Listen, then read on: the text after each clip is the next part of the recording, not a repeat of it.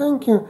So, hello again. And now on this Shrove Tuesday, we'll look at some of the elements of our liturgy which are very poignant, in particular ashes. We have in our Catholic worship elements of the created coming in, but often we don't actually pay attention to their deeper meaning. So, before we take the ashes, we will have a look at what we're actually doing and why. If one looks at nature, one sees a certain constant in the pattern of the behavior of all things.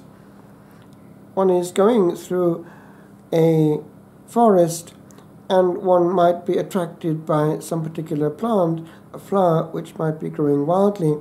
One might pick it and even take it home.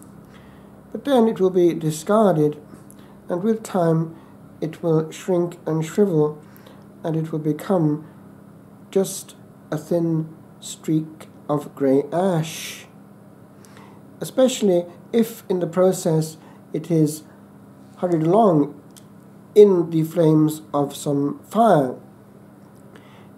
But it also represents life in general. Is not all that lives heading for that grey ash state? What fire does in an instant, time is always doing to everything that lives. Sooner or later, by accident, disease, hunger, cold, all forms of life, all that flourishes, turns to a little ash, a handful of dry dust, which every breeze scatters this way and that. All this brilliant colour, all this sensitive, breathing life, falls into pale, feeble, dead earth, and less than earth, into ashes. It is the same with ourselves. We look into an opened grave and shiver. A few bones, a handful of ash-grey dust. Each year in the monastery in Italy, where I was sacristan, it was my duty on this particular day, Shrove Tuesday, to go around all the nooks and crannies, refectory, cells, anywhere where there might be one, go up to the crucifix and take down the sprig of palm from the previous year, and to go to the open fire in the guest house and burn them all together, and then put the consequences in a little tray ready for the ceremony tomorrow. We also, in the monastery, had retained all the trimmings of the liturgy, which meant that it was very long, because we had retained the procession with psalms and the penitential prayers of blessing, which were very eloquent and coming from the heart of the Middle Ages. We had maintained the premonstratensian rite in all that we could with regard to the extra bits, and it was something which spoke loudly, because in that old church there had been many centuries of prayer before we came there, and these chants were familiar, as it were, to those walls which had seen generations of monks come and go, come and go, come and go into the beyond. Early on in formation in France, one of the novices muttered to me with regard to the way that we start off at one end of the choir, and as the years go by, we go bit by bit towards the other end in order of seniority. He commented, one will go that way, bit by bit, until heads roll. That is, the heads of the seniors rolled, and then we caught up with them with time. And then it was our turn. Indeed, in the strict monastic life, any moment of death was extremely moving, because there was no coffin. The monk was and is buried just like that, and the earth falls over him, and one sees the brother, the father that one has known well for years go into the dust. And indeed, in the monastery where I was for years in France, there was no name on the wooden cross. As forgotten in death as they are in life, one went into oblivion, known only unto God. The fathers themselves knew which monk was under which cross, but it was an internal tradition, lost to the eyes of men, and yet it was a life well lived, for it had been played, as it were, as a great gamble. The die had been thrown, and one was heading for the maximum.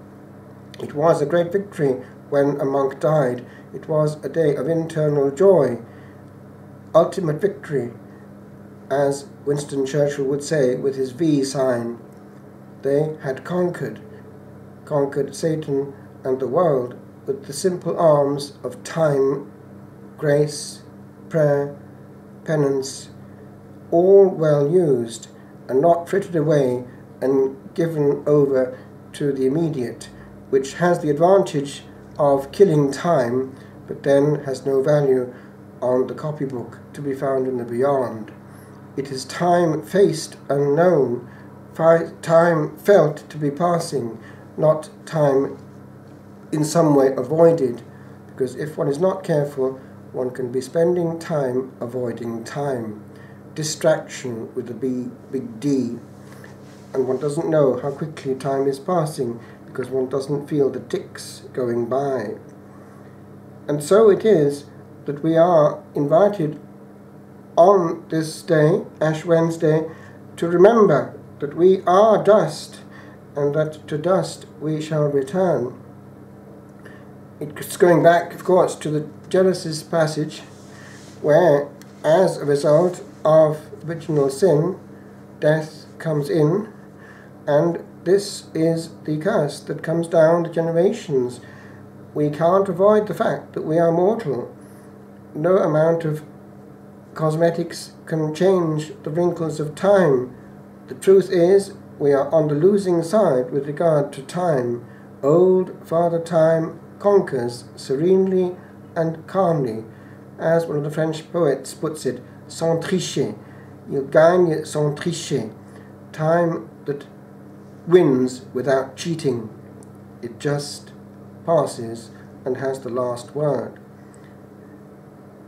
Each Sunday I am reminded of that truth when I come back from the parish church on the other side of the monastery here in Dulique, after going to confession and hearing confessions myself at the 9 o'clock Mass, and there I pause quite often and even do my penance there at the graves, because the graves separate the hermitage from the parish church, with the monastery, the old monastery of Dulique, in the middle.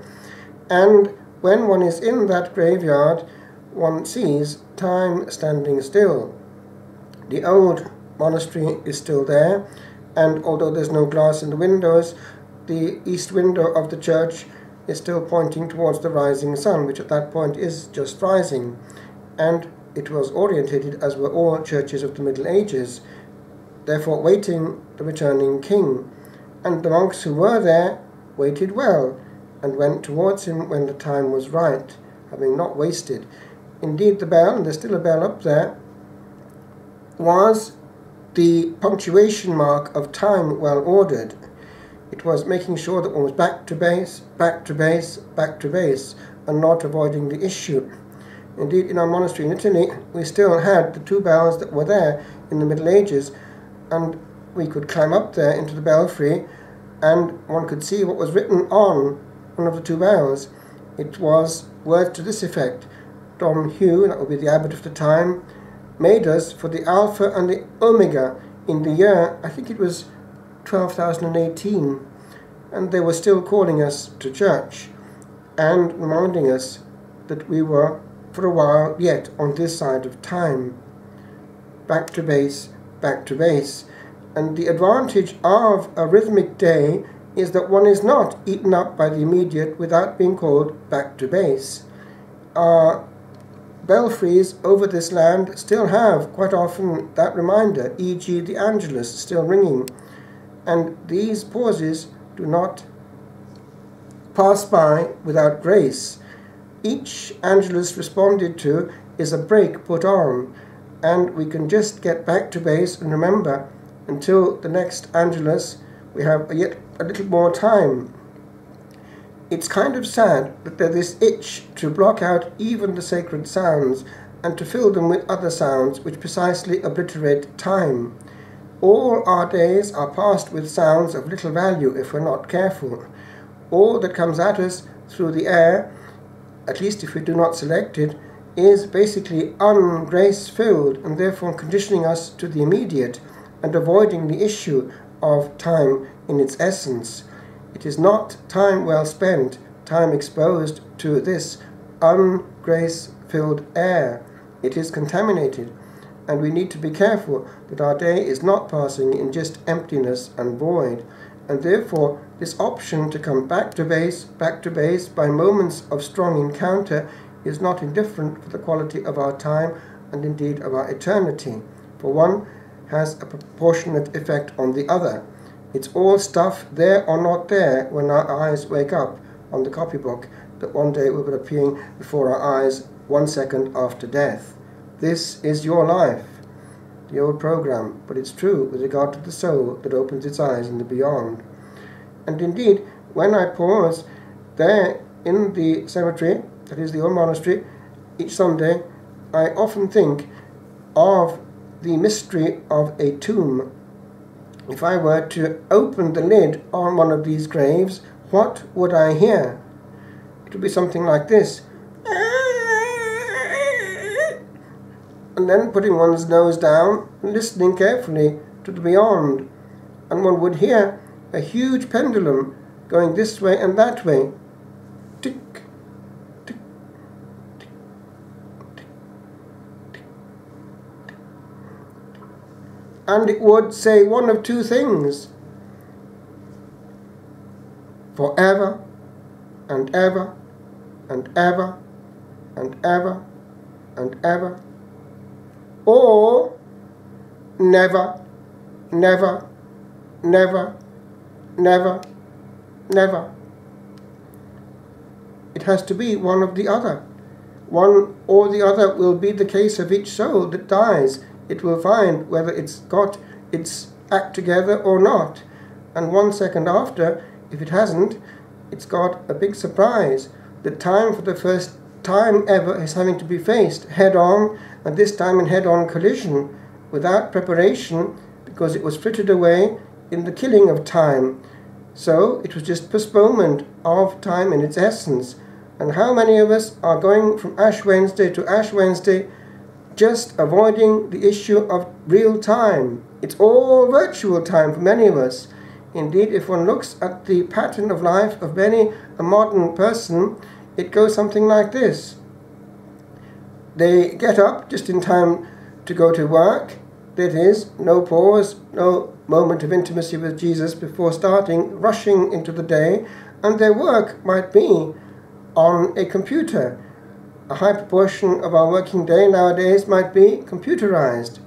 So it is the form of a screen from 9 to 5, or whatever it might be. Then what happens? There is a work break at midday, and what's the first thing that one does? One looks at a small screen in one's pocket. So again, screen gazing. If one comes home, one has a bite to eat, and what's the first thing that one does? One switches on a goggle box, and again looks at a screen.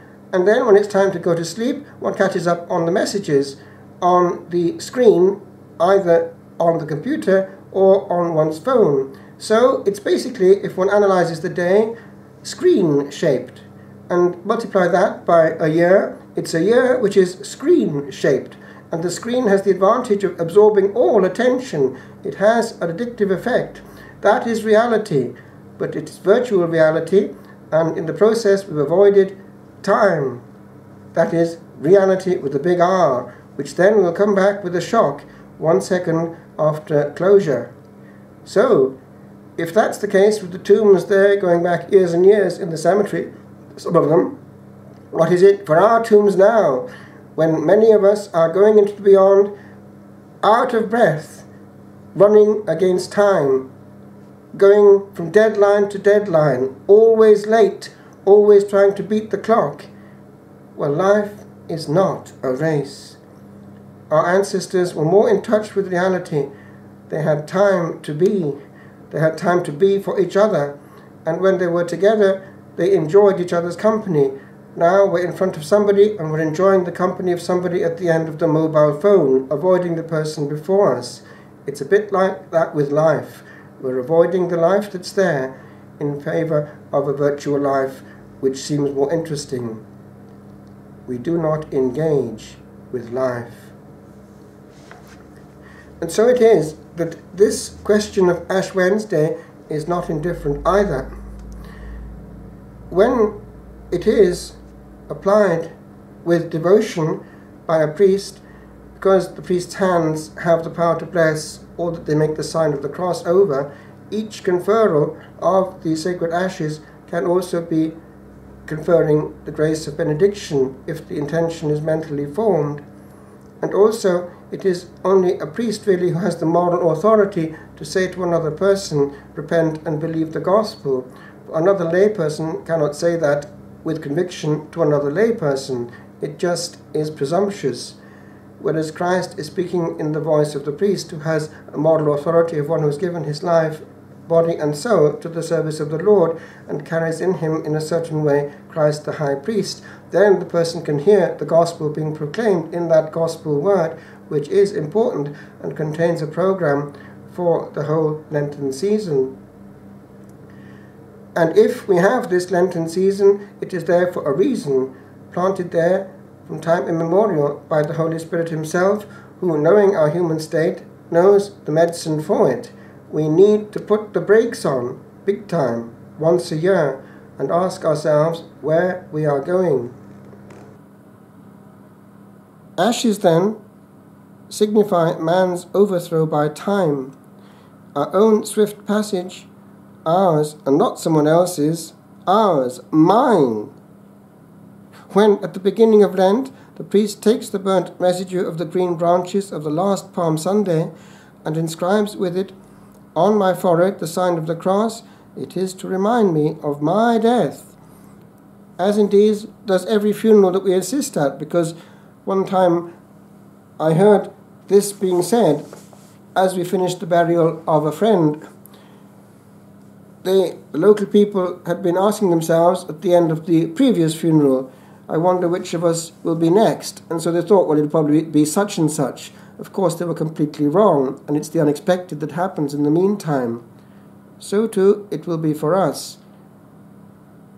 The Lord indeed talked about things happening, as it were, the thief coming in the night. And the thief comes in the night and has a field day precisely because he is unexpected. That indeed was how the débarquement worked when it came to landing in France. It was the very fact that it was the least expected moment for a débarquement which actually had the effect wanted. So it is with old Nick. He likes to get us when we're unprepared. If he can possibly get a soul when that soul is at its lowest, he has a great victory. Therefore, it is far more important than paying one's insurance for the car or any other part of our life to get the insurance of our soul in order. And Lent is the moment of getting the act together. That is, making sure that we're ready to go, ready to go, ready to go. This very house I live in, these clothes I am wearing, my household stuff, my money, my fields, meadows, woods, the dog that might be following me, the horse that I might have, this hand that I am writing with, these eyes that read what I write, all the rest of my body, people I have loved, people I have hated, or been afraid of, whatever was great in my eyes upon earth, whatever small and contemptible, all without exception will fall back into dust, says Romano Guardini, reminding us that we're all equal. Death is the great equalizer. I was just reading this morning how a friend of mine was buried with great style in Wales, and he had, before he died, expressed to the person that knew him well and that would be doing the funeral, the priest, that he did not wish any kind of eulogy at his funeral. So I read the interesting eulogy that the priest had given at his funeral, saying that he wasn't to give it, and yet that seems to be what happened anyway. Isn't it interesting? And I've seen that happen before, when the person is explicitly asked that that should not happen. It's the eulogy that comes weaved in, more or less. But people do not realize that every time these eulogies come in, it's taking away from the soul the thing that it needs most, because they usually end up with a beatification, therefore presuming that he needs not prayer, while actually he might be roasting nicely underneath and precisely crying out, "That's not what I want to hear, please help me." And we think we can change God's decision by a load of hot air. Well, this is the correct attitude. Ashes, dust unto dust. We do not know what state we have before God, and to presume that we have, either ourselves or for other people, is a big error. And there are more surprises on the other side than we can possibly imagine. In fact, the mystics, there are quite a few who had gifts of knowing where such and such ended up after death. I think, for instance, of that very strange case of the Carmelite nun. She was actually a Carmelite lay sister because she couldn't read. Her name was Sister, or by now Saint, Marie de Jésus Crucifié, who had great mystic gifts and knew where people that she saw dying were ending up. And why? Well, quite a few things came back through her. She was able to discern very quickly when somebody who was presumed to be a great saint had unfinished business, whereas others who were quite hidden and obscure were well-fueled rockets, overturning the ideas of man completely. So too, we need to be careful. These eulogies do not help a soul, and actually are contrary to the desire of Christ himself expressed by the Church. We pray for the person and we celebrate Christ, the resurrection. That's what helps the soul, not patting him on the back when he's roasting nicely. So, all this to say that Ash Wednesday is serious stuff, and when we forget what we're here for and make even of Lent more of the same thing, we miss that one thing that we need to make sure that our time, when it comes, is well spent. One day I was thinking about the way that Satan actually loves to get a soul down and attack. He is, of course, far more clever than we are. He is an angel who is fallen, but he has retained his angelic intellect. We forget what it is to be in the company of spirits of that nature, clever and more brilliant than we are, who are always wanting our harm. And yet we presume that we can actually forget the danger of not getting there. It's the very trick that he wants us to get into. He loves to cancel the thing from the equation, and that's how he's got a great section of modern man in his possession right now. Cancel the issue from the horizon. Make sure that people never think of that. Even the way sometimes in some cultures one avoids the word died or death by some euphemism is an interesting way. Circumlocution to avoid the issue, but the issue cannot be avoided. Neither can the fact that we have to face the consequences. There are ways and means of using these funerals to actually do what the Lord would want us to do at that point.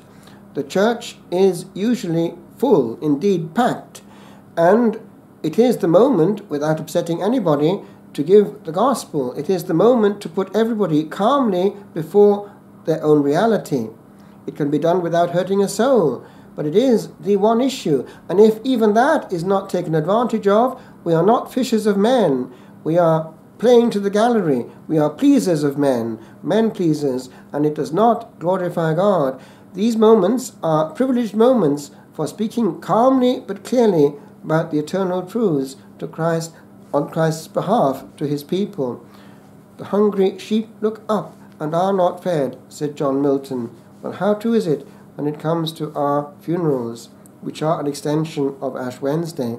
For there we have before us dust unto dust, ashes unto ashes. In our cemetery near here, the one that I pass every Sunday and every time I go to church, it is an interesting case of both Protestant and Catholic graves next to each other. The difference now is that they don't distinguish between the two gates. They're both open, but way back, and people of this village will remember the time when it was like that, the Protestants, those who belonged to the Anglican Communion, would be going in their coffin through the main gate, the one on the other side from here. It was the more dignified, because it would have been an Anglican place of burial really, but it was nevertheless allowed for Catholics to be buried there, and the Catholics would come through the grade B gate. And I often think to myself, I wonder whether first-class travel actually counts all that much on the other side, or whether there are other issues to discuss. So too, our funerals, even our graves. If one looks at some of the mausolea placed in some of our graveyards, one wonders what the quality of life corresponding to that mausoleum was underneath it. So too, many a hidden pauper might whiz like an angel into glory, whereas somebody might get stuck in the mud who's had all the glory on this side. Remember how the Lord himself warned with regard to riches and comfort, that Lazarus had his torment in this life but was comforted in the next, whereas the rich man had already had everything in this life and neglected charity and had a big surprise coming in the next. It might be an indication that riches and comfort, and in our case all kinds of distraction, are not the best preparation for a calm eternity. We do well, therefore, on Ash Wednesday to put the brakes on, stop, and look where we're coming from and where we're going, because the two are linked. One sees the quality of life by looking back, and one sees the likely quality of eternity from looking ahead. But we need a pause, lest we go out of breath into the beyond. Now, we say, therefore, goodbye to ordinary time. The old word is carne valle. Carne is meat, valle is goodbye. So that was the old saying goodbye to meat, and gives us the word carnival. It was one last fling. And of course, the pancakes were the absorbing of eggs, which also were not consumed. Indeed, I still recall how there was quite a big difference in the menu between the day after Ash Wednesday and Easter, because it would be bread and water on Ash Wednesday, but then it would be on Thursday already the Lenten fare, which excluded anything made from milk. Therefore cheese and butter all went until Easter. And so there was actually a feeling of another season, and it was something which also had an effect. I remember hearing this from the comment of one of my brethren in Italy some Lents ago. We were on the way to the Chrism Mass in the cathedral at Siena, and he said to me in French, "J'ai presque envie de rester dans le carême." I would almost wish to prefer to remain in Lent, because everything like wine and coffee went out of the window, and therefore one was much calmer. And he found also that the fasting in the morning, because there was no breakfast, was something which made the body calm down considerably, and one was less excited and one was more receptive. The emptiness of the body helps considerably to nourishing the soul. Now, the Church has picked that one up with regard to the discipline of receiving the Lord himself, who has chosen to give himself to us precisely in the form of nourishment. And this then is something which involves the body, and it was perceived by the Christian centuries, and is still perceived to this day by our Eastern brethren, that it is very much linked with bodily preparation. That is to say, that still to this day in the East, Holy Communion is received only fasting.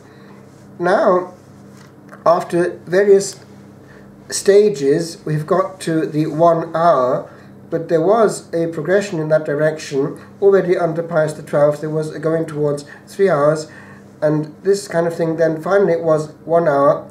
And the question always was that it was to help people to receive the Lord without undue complication, and therefore to give access to grace much needed. But there was always, in the warnings given in the initial documents, this invitation to not banalize the holy gifts, and that is what we're up against. People are not actually doing the other part, the spiritual preparation, because physically henceforth it has become so easy.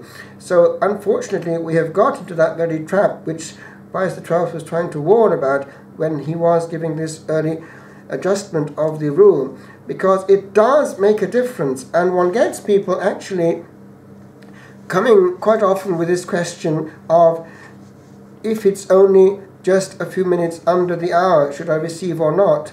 Well, to get into that mode is to indicate that already mentally the preparation is being reduced to something quasi non-existent, because if one realizes what the Lord's body and blood is, one cannot but stand in awe and in this desire to give the Lord maximal preparation, as one would to a great sovereign. One prepares the house for a great dignitary. Well, we need to prepare our soul.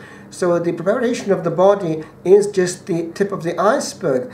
If the body is not even minimally doing what the Church actually places as a minimum, it does say a lot for the attitude of the soul, and that's what people fail to see. This minimalistic thing is actually a betrayal of the way that we're treating our God. God deserves the maximum, and he has so many graces to give us that he has his hands tied when he finds that we're not ready. We're too full of other things, as well as too full of food, because one is an indication of the other. He needs an empty mind, a virginal heart, a heart that wants him and is thinking about him and desiring to receive him. When he comes to somebody buzzing with too many things, he can't give the graces that he wants, because we're not there for them. We're absent to his presence. We're engaged with other realities more important. And that, by the way, is part of the problem in just throwing in a celebration at any hour whatsoever, just like that. In the monastic discipline, the whole of the night and early morning is preparing for that encounter. And in our monasteries there, where I was formed in France and in Italy, the whole Thanksgiving afterwards was of obligation, and one could not do anything for about 10 minutes after Holy Communion. It was a preparation for the encounter with the grace to be received, because it's not enough to receive Holy Communion. One needs to absorb the grace and to be attentive to the guest. So this bit also has to be looked at, because our celebrations have become very, very, very hurried, and people are hurrying in and out as well. So we need to be aware that many, many graces which have sanctified so many mystics and saints are there also for us, but we receive and reap very little fruit quite often because we don't give the care that they did. The same grace is there, but we do not receive them. In other words, the Lord can't give intimacy of hugging us, as it were, and speaking to our hearts, because we're not interested. We're interested in what has to be done immediately afterwards and what we've just come for, usually out of breath before.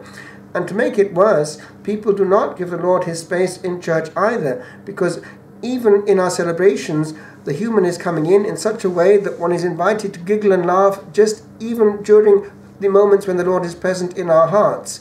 This is not divine liturgy, it's human celebration. We need to be very careful that there are many graces in the air and we're not there for them. So the invitation of the Church itself to actually prepare ourselves, even physically, is there for a reason. We are weak human beings, and we must not presume that we can do without these helps. So this question also of physical and spiritual fasting to receive the Lord of Lords and King of Kings, who chooses this form of ingesting, of giving ourselves this encounter with him, is something which demands correspondence and not presumption. as does all that holds him. Which brings me to the next point. As we ourselves indicate our love for Jesus by the way that we physically comport ourselves and even dress ourselves, because to wear casuals, jeans, and untidiness in general is one thing. To dress and wash, shave, and come with dignity physically is also another, because it is a quiet, discreet indication of our love for Jesus, who is also coming in his humanity. This element then of the body entering into it is important, as is all that pertains to what contains the Lord's presence. Concretely, the chalice, for instance.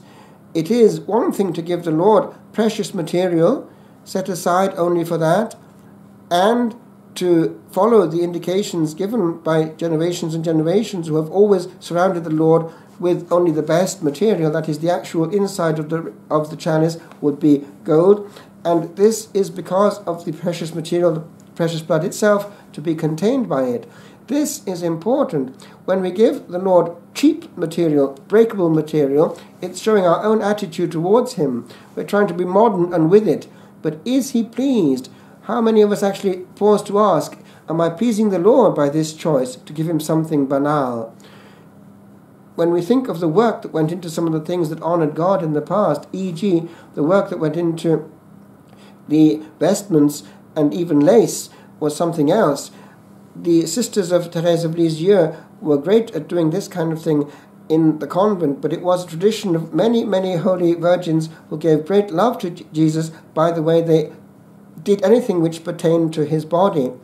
And the way that one actually admires still the love of nuns, even now actually quite young nuns, to do anything with imagination and care, which might touch the altar and touch the Lord, especially the corporal and the purificator. One is admiring the virginal beauty of a nun.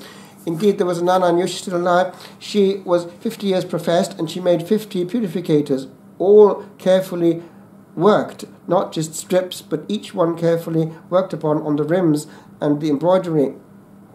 And nearly all the things I have here come from contemplative nuns, and they're done with great care. Even young nuns, they would do all they possibly could to honor Jesus. And we give the Lord shoddy things. We don't even bother to wash them each time. Anything we'll do for Jesus, it has to be functional, because we're in a hurry to do the important bits of pastoral work, whereas Jesus himself is the last one who's honored, actually in practice with regard to the care given. Now, therefore, this question of the material cleanliness also applies to the altar itself, the linen, and even actually the cleanliness of the carpet, because one sees quite quickly how much a community loves and honors Jesus by the fact that they actually do keep anything which is close to the presence clean. And the old rule of always placing the presence, that is the Blessed Sacrament, after the consecration, always on a corporal, even inside the tabernacle, is still there. And it should be kept, because there are tabernacles now which don't have a little corporal underneath. They're just put there on whatever's inside the tabernacle. But these things are, again, just taking one more notch away from the glory of the Lord. These things matter and are there for a reason. And by the way, with regard to the Holy of Holies, the tabernacle, it is only the priest who is allowed to go in there and take the Blessed Sacrament out or put it back. We had a rescript from that one on the Vatican not that long ago, because somebody I knew was perplexed about it and actually wrote about it to the Congregation for the Discipline of the Sacraments, and it was quite clear in their reply that the custody of the Blessed Sacrament was in the hands of the Church, and only the priest or the deacon was allowed to go in there.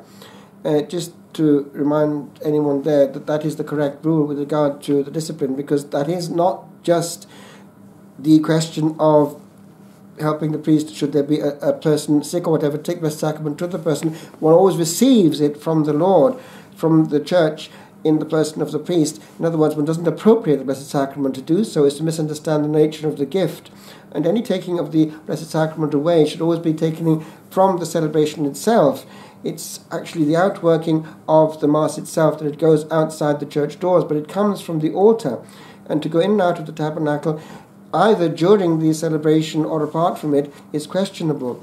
It is something which actually takes away from the notion of sign and indeed of the very dynamic of the Eucharist itself. It is the Lord himself giving himself to the people through the priest.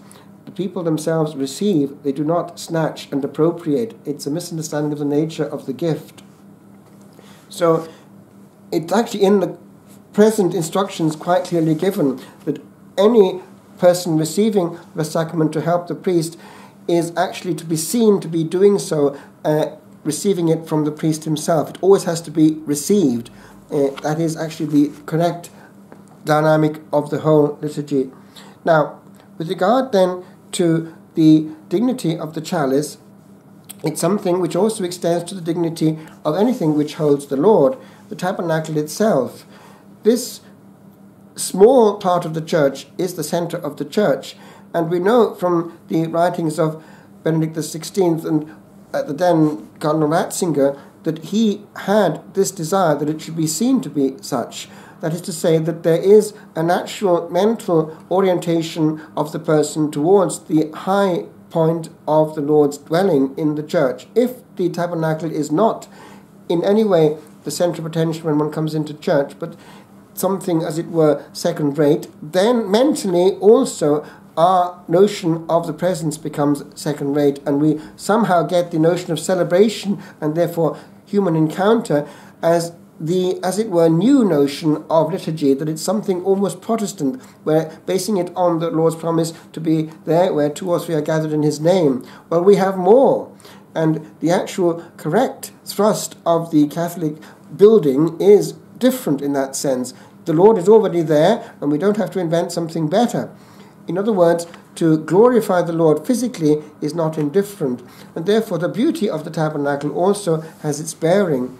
And the covering it of the tabernacle itself, traditionally with the veil of the colour of the day, is also something which suggests the tabernacle of the Old Testament, and the very word itself is a link with that. The pedagogy of the Old Testament is not indifferent either. And we remember that actually in the Old Testament there was one exception to the prohibition given to make graven images in the invitation to make these cherubs, these strange angelic figures that were protecting the presence as they understood it. And they are very suggestive because we have far more than that, and yet we seem to give far less than that. When we think of the way in which the angels are adoring, e.g. at Knock, they were there for 2 hours circling, we need to be reminded that there is far more going on before our eyes of our soul, than we can possibly imagine. Therefore, this is something that also ought to have some outworking in the physicity of our tabernacles, the best and only the best for the King of Kings and Lord of Lords. Now, I want to come into one particular element to conclude. It's this. If we have the presence, we have the possibility of having natural inbuilt pauses in our day. People who come back calmly to a quiet church to make up for the noise perhaps in our celebration can receive many, many graces and also make greater use of time. Quietly coming apart to rest a while in an open church where the Blessed Sacrament is an invitation to grace to come in, an invitation to the Word of God to speak. Speak, Lord, your servant is listening. Well, I just want to conclude with one thought that occurred to me way back in student days in Rome before I was ordained, just pausing on a Sunday and realizing what the natural pause of the week was when it came to graces to be perceived in simple silence. It's the experience of Elijah himself, who came apart to Mount Horeb, and the Lord came to him and said, "What are you doing here, Elijah?"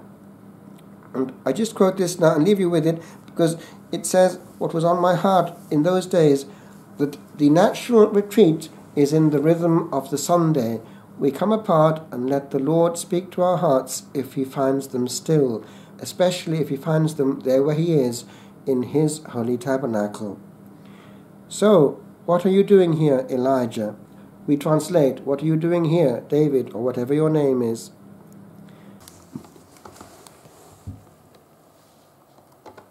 Quid hic agis, Elia? What are you doing here, Elijah? To sit and listen, and to wait a while for something more to be alone with nothing but a thought, and to beguile the urgencies that these our moments own, to be no more than nothing in a space, not filled with anything.